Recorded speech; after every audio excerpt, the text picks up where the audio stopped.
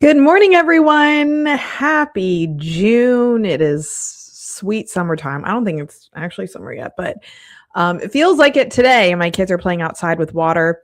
Um, I have like a middle school sweet girl over here right now watching my kids. But I did tell her if she needs anything that she can come in here. So just as a fair warning, we might get a cameo.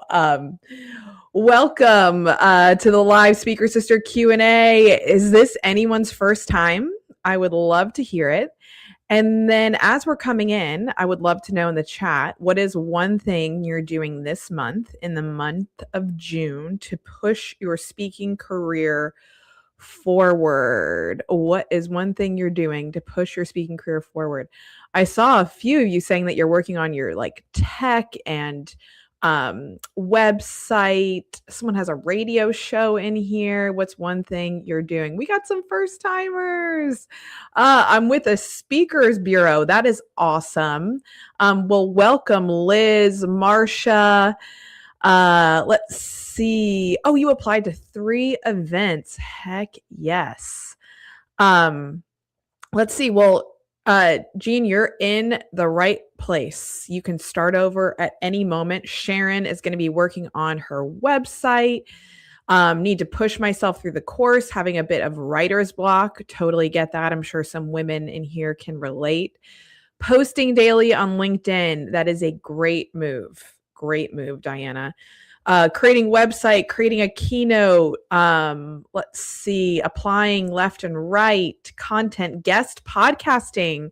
I wonder, did anyone attend? Well, first of all, is anyone in here who attended Mic Drop Live? May was a big month at Mic Drop. And Grateful Goddess, I wonder if you attended our guest podcasting session at Mic Drop Live where we taught you how to do that.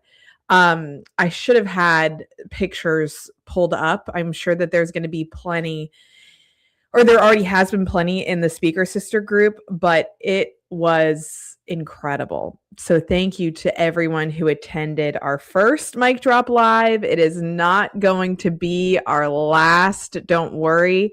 We will have more because it was just that good. And then some other good news. My book, Making It Without Losing It, hit the USA Today bestseller list in May. And I know that my speaker sisters were a huge part of that. So for anyone who purchased the book or pre-ordered it, I super appreciate you. If you have it and you've read it, I would love to hear what you think. Reviews on Amazon are super helpful. Any authors in here can attest to how helpful reviews are. So thank you so much to anyone who pre-ordered and helped me hit the USA Today bestseller list. And then I also appreciate any reviews that you all have. Thank you so much for all the love in the comments. Okay, so let's hit with any questions that you all have. What are you running into? What are some things that you would love some clarity on? And then about halfway through the Q&A, I'm going to give you all a challenge for the month. We're going to start doing these with a challenge that you all have to complete. I'm so glad that you loved the book. And then thank you, Stephanie, for sharing it with friends.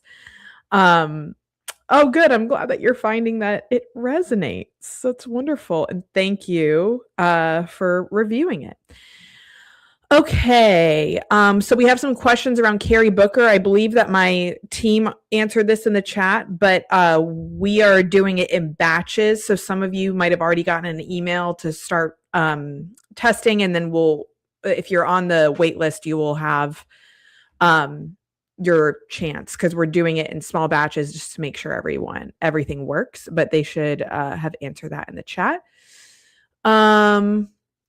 How did you go from breadth to a clear keynote point of view? Let's see, like, how did I get my keynote idea? Is that what you're asking?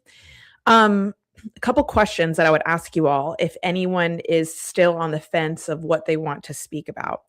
There's 2 things that you want your keynote to accomplish. First is like, what am I super passionate about that I could talk about just days on days that has helped me so much in my life? Step 1. Step 2, is it sellable to a corporate or a workplace audience? A lot of us just do step one of, I'm super passionate about animals. This is a bad example. I want to speak around the importance of animals. Great, that's your passion, but not necessarily sellable to a corporate audience. However, I did just have a speaker that I've seen who's coming into Mic Drop Academy this fall who has made a talk around animal leadership, what each animal does in the animal kingdom that makes it a great leader and some of its faults. And so people in the audience identify like, I'm a cheetah, I'm a turtle, I'm a lion. So that is changing something from you're just passionate about animals to how to make it sellable to a corporate audience. So it should answer those two things. Keynote title. If you're struggling with that, something I like to think about is your title should stop the scroll and your subtitle should deliver the substance, meaning your title could be catchy, abstract. Oh, I wonder what she means by that. But then your subtitle is exactly what the transformation is, exactly what they get. And then if you use any kind of AI, ChatGPT or Claude, this can be a great use case for it because you're not asking AI, what should I speak on? You're saying, here's what I speak on. Here are some rough titles. How can you make this better? I like to think of using AI as like a last stage editor, not an idea generator. Okay. Making some media. Heather Hall asked a good length for a speaker reel. I would say under 2 minutes. We all know attention spans are just getting shorter and shorter. So under 2 minutes is great. Ooh, this is a great question. Thinking about wardrobe for public speaking, any suggestions? So I'll give you some what not to do's just based on my experience. And then the rest of it is around finding more of your style. So what not to do for me, I know I'm a sweater. I get sweaty, especially on stage because I got some adrenaline going. So I'm not going to wear anything like gray that shows my sweat. The other thing is like sheer material, like a sheer top can look really great in your hotel room or in your room. And then when you're on like stage with really bright lights, maybe the cami that you couldn't really see or the bra strap is coming through clearly and more clear than what you saw. So I try not to do anything sheer.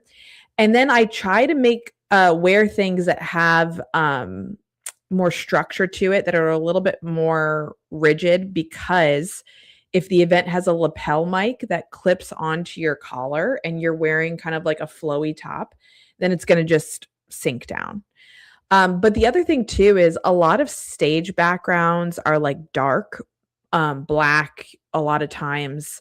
So pops of color really help, especially in footage and photography, to stand out from that black background. You can even ask the event before. Some events will send you what the backdrop and the stage is. I know for Mic Drop Live, for our speakers who did VIP to get footage and photos, we worked with a stylist and had, okay, here's the backdrop. Here are some colors that would work well with it. So some events can send that to you before, but sometimes black, you just look like a floating head.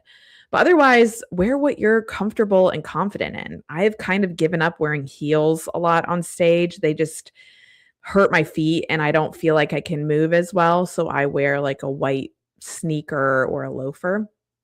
Let's see. Tips for starting asking people to speak before you feel ready. This is a great question and also can be your biggest advantage.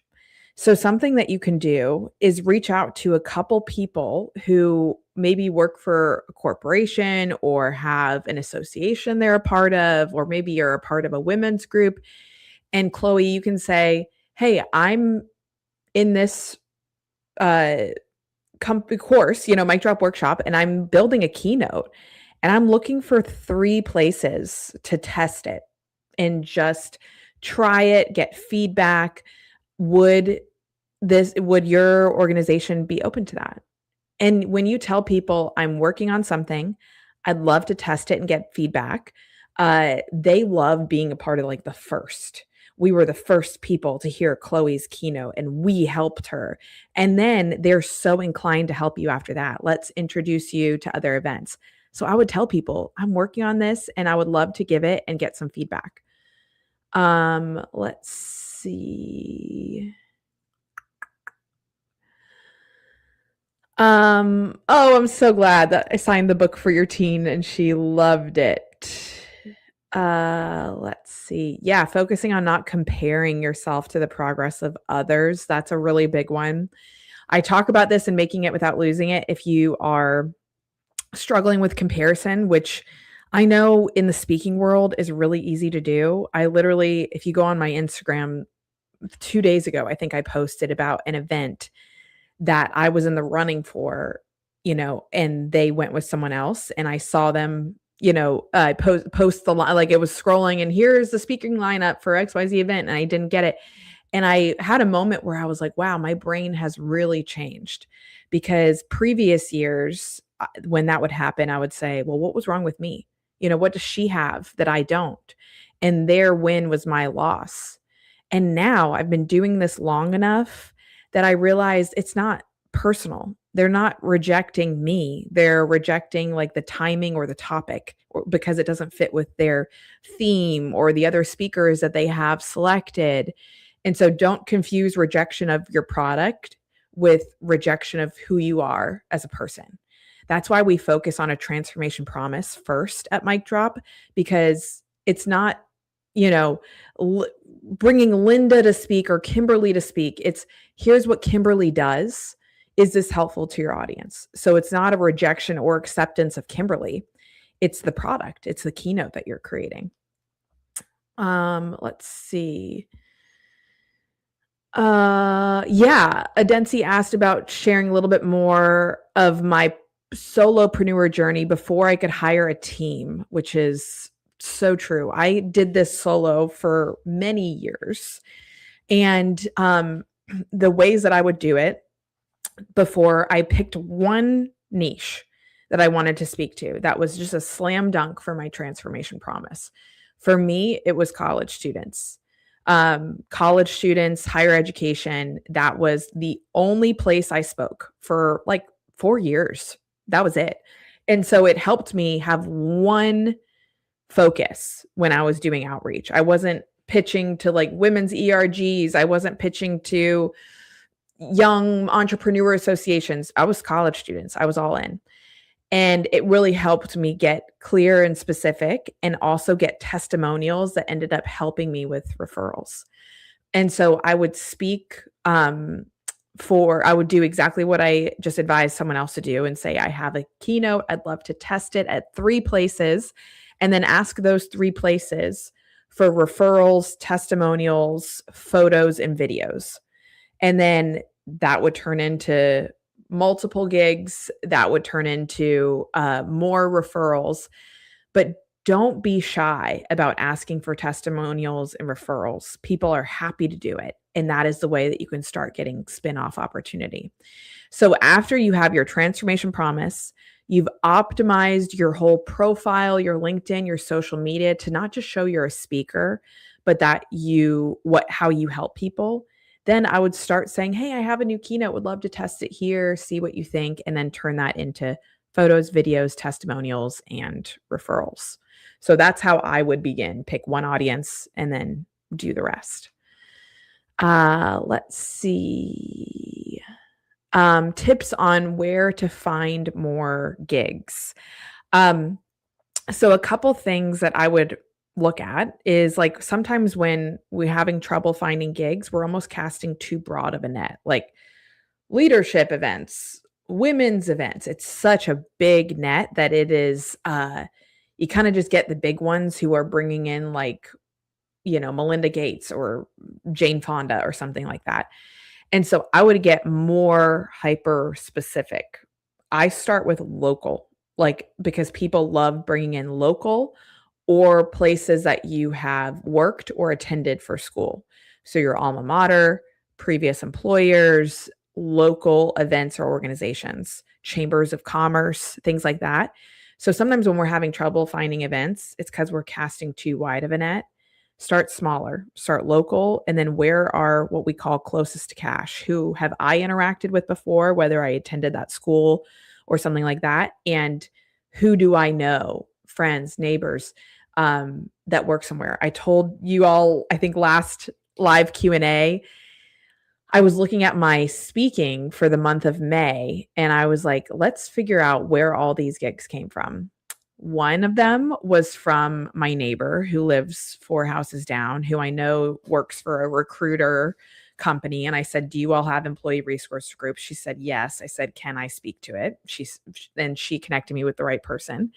One of them was an employee, like a staff meeting for my YMCA, because I go to the YMCA. I asked the front desk if they ever have internal staff meetings. They said yes. I said, can I speak at it? And so it's a lot of it is just going through my day. What am I a part of? Who do I know? And making those asks.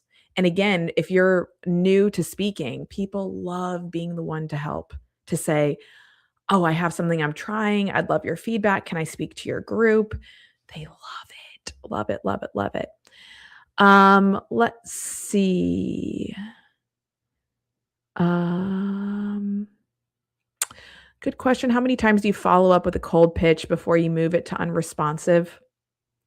Depends how warm it was. If they have interacted with you, like, hey, let's get on call, and then they go cold, I would keep following up with them. But if they have never responded, once or twice. The best thing you can do, though, is get them in your LinkedIn network and then just keep showing up on LinkedIn helpful as a speaker, as someone who's providing value. A lot of times it's just how marketing works. It takes someone multiple times to see or hear a commercial before they're like, you know what, we need to bring, Wendy here. Like, she's great. So speaking of, I actually have a challenge for you all for the month of June. So I gave the commencement address at my high school for graduation, and I want you all to give a virtual commencement address. It can be an article, like a text that you write. It can be a video that you record, but I want you to start it with Dear Class of 2026. And then what is it that you want recent grads to know? What do you wish you would have known at that age? What would you have done differently? What are like 3 things that you want the class of 2026 to know? And then tag me and tag Mic Drop in it, because I would love to see it. But commencement addresses, graduations are such a great way for people to know, like, you do this and you have advice and you're a speaker. So your June challenge is to give a virtual commencement address.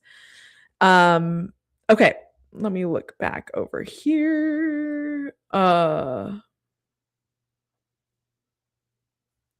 Let's see.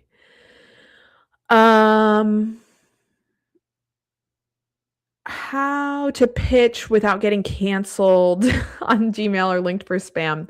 Don't include links or attachments, but then always do the email pitch with a LinkedIn connection. Because again, it's 2 ways that you're meeting them, and they want to see you in action on LinkedIn more than they care about the email pitch. So I would do both. I believe my TED topic is more streamlined and focused. Should I stick with this prior to developing a keynote? TED is a great place to start your speaking career. So if you're just like all in on landing your TED talk first, go for it. But the differentiator, I actually just interviewed someone who works for TED, like the big TED, on my podcast, Making It with Jess Ekstrom. It'll come out in a couple months. And he said a good differentiator for a TED talk versus a keynote is a TED talk is in service of humanity, and a keynote is in service of like a workplace or an individual. So TED is a much broader sense of like changing the world, whereas a keynote is like workplace, individual, what can we do today? Let's see. If your speech is geared towards women, is it problematic knowing that there will be men in most audiences? As long as you're selling it to women, if it's on your website that this is a women's talk and there are men in the audience, that's totally fine. But if it's sold as a mixed gendered talk and then it's for women, then that's problematic. But I speak at a lot of women's events where men attend, and I love it. More men should attend women's events. Um, and I still give the same talk. Let's see.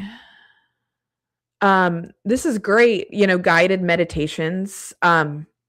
If you have something about your talk that is beyond just a keynote, and I don't say just a keynote lightly, but I've had people that are like, I also teach yoga, I do guided meditations, I do performance, singing, like that is great thing to include.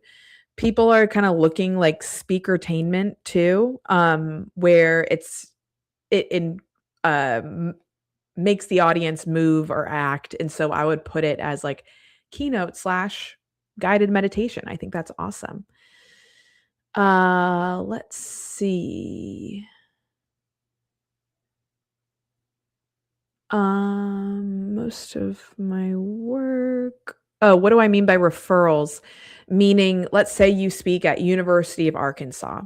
You want them to introduce you to University of Florida or any other universities that they have connections with. So referrals is opening the door to other places to speak. Who do you reach out to at colleges? There's a ton of places within universities that book speakers. A very big one is fraternity sorority life. I was not affiliated in a sorority, but they still book a lot of speakers. Student life, student affairs, housing, student government, first year orientation. There's a lot.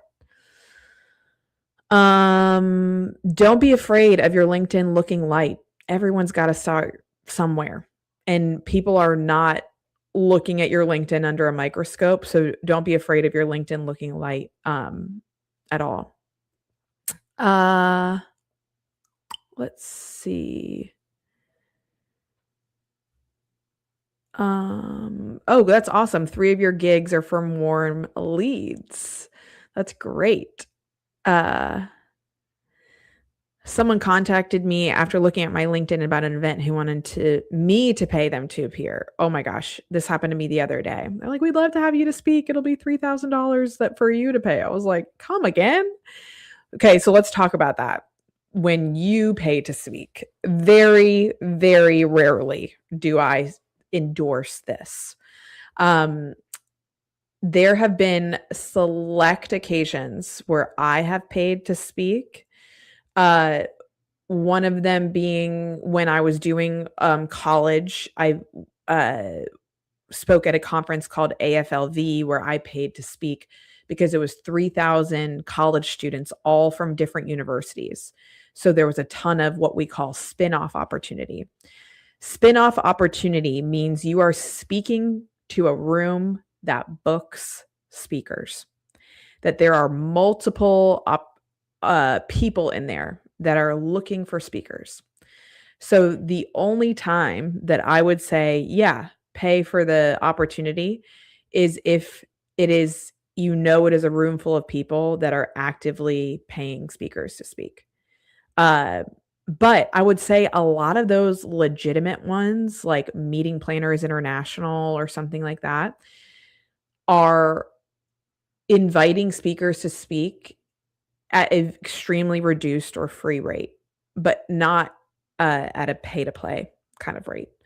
Applications are live right now for the International Association of Speakers Bureaus, that they have a showcase that they do, and that you would pay for, but you're in a room of people that book speakers. But I very rarely would say yes to that. I feel weird asking for payment when I have been the one to initiate the "Can I talk to your ERG group?" But should I just see it as a referral photo testimonial? So yeah, I understand when you're like, I was the one who asked for this. If you are asking for it as I'd love feedback, then maybe those first couple are just dry runs for feedback. But I would say it's the same thing as like, "Hey, do you guys need your lawn mowed?" Yeah. Well, that person isn't gonna mow the lawn for free. They're just seeing if you need the service. So I wouldn't be afraid to say, um, like, "And do you have budget for outside speakers?" Or, "How do we make this a win-win?" If they don't have budget, then that's, Lisa, when you would go to referral photos, videos, and testimonials. Let's see. How do you handle it when you're on a call, your price is higher than what their budget is? Couple things. So if you're like, "My fee is 10,000," and they're like, "Well, we only have 5." So you have a choice. You can say, if you have a longer runway, let's say the event is in a year, you can say, "Well, I'd love to help, solidify a sponsor. I could do a luncheon with them. I could do a meet and greet and see if they can get to 10 by, you giving maybe a little bit more of your time for a sponsor." That's like a dream scenario that I would say usually is a little bit hard to do, but always worth the ask. The other things is listing out, and this is on like the gig scorecard in Mic Drop Workshop, the things that are important to you that are non-monetary.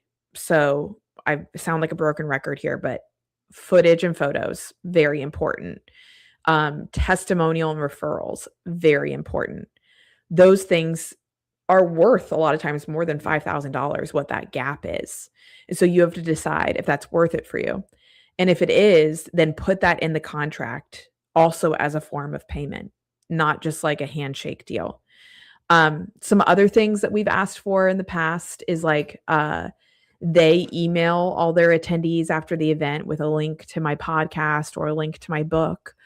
I've asked for extra tickets to the event so I can invite event planners or people to come watch me, and so I make it, more of an audition for myself. So there's always ways that if you really want the gig that you can meet in the middle with non-monetary, events or non-monetary, things. Sorry, I'm trying to read, and, PowerPoints are not always necessary for keynotes. However, I do really like them, what I talk about in the course for, like, your one-liners for sure. And then, if you're gonna use Talkadot or something that gets feedback, a QR code at the end, you need a PowerPoint for that. So you don't need to be super slide heavy, but I do think that there are specific scenarios where slides really enhance it. But I do have speakers that are super successful that don't use slides at all. They're just like, it's one more thing to worry about, one more thing to go wrong. So, yeah, I either way, but I do think that they can be really powerful. Um, let's see. We'll do one more. Um, speaking to being a video speaker, uh, let's see. I'm an old lady. Jane, you're not, but I have a dynamite subject, wondering if I could develop a speaker plan over sending people a video. Okay, here's the thing. If you're anti-video, speaking is a physical, in-person experience. And they need to be able to see what you're like in that kind of setting. Not even just on stage, but right here. You guys probably, if I was typing answers to all your questions right now, you would have no idea who I am, really what I'm about. But you're watching me on video. And so you probably get the sense of like more of my presence and my persona and my personality. So I would say video, when you can, is important. Doesn't mean that you need to have like a GoPro attached to your forehead at every moment. But if you can get a 1 to 2 minute video of you just speaking, I know that you said you'd rather do like a plan. I think the data shows speakers are 4 times more likely to get booked when they have footage of themselves, because people need to be able to know what they're ordering. If they're spending $5, $10, $20,000, then they need to see, how the steak is medium rare, or well done. That's a bad example, but you know what I mean. Okay.